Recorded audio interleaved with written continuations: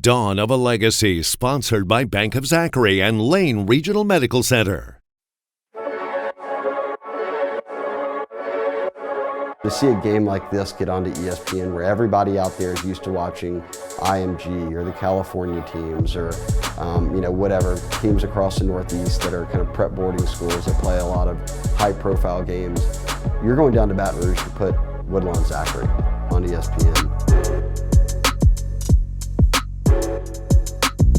Corona finally got him said, yeah, we gotta be ready because we will be playing Zachary on ESPN. Everybody was like, oh, it just kind of like went crazy. Dream come true to play on ESPN. Everybody wants to play on ESPN when they were a kid. You watch other teams that you watch like, man, my team could do that. We good enough. We got all the talent, but finally we got our chance. So now we just got to go prove it. It's something that was way far-fetched when I first got here. We see high school teams play on ESPN, so to be able to get that call this summer, that we were that highlighted game to be on ESPN, man. All our guys been hyped up about it. I think some of them been looking past some of the other games, looking for this game. It's certainly an honor to be chosen to do that, and obviously we're going to put our state out there that night for the country to see, and that's a good thing. You don't have the big stadiums Texas has. You don't have the money that California has. You don't have a lot of the numbers that some of the Florida powerhouse schools have. You just have a lot of teams that have talent, coach them up well, and are gritty. And ultimately, that's why Louisiana's up there per capita for college football players, for NFL football players. It all starts on the ground level in high school. I think that's what makes Louisiana high school football so special. You go around, it's California football, it's Florida football. I'm like, yeah, IMG gets those dudes from Louisiana. Like those guys come from Louisiana. Per capita, the most NFL guys, come from our state. It's good for Louisiana football that we get to have that platform to showcase two of the best teams in the city for sure, but a lot of the best guys the state has to offer. You don't have a lot of star-studded players at every position, but they're very well coached. They're really good in the trenches, in their skills and their technique.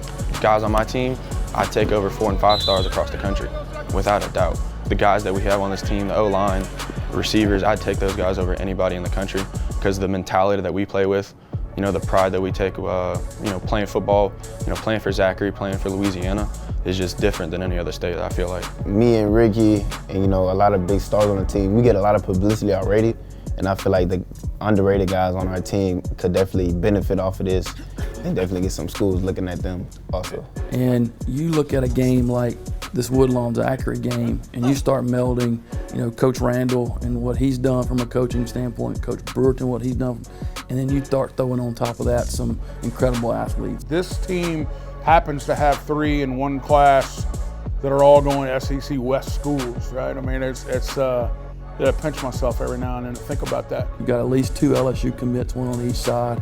You've got an Auburn commit on defensive end.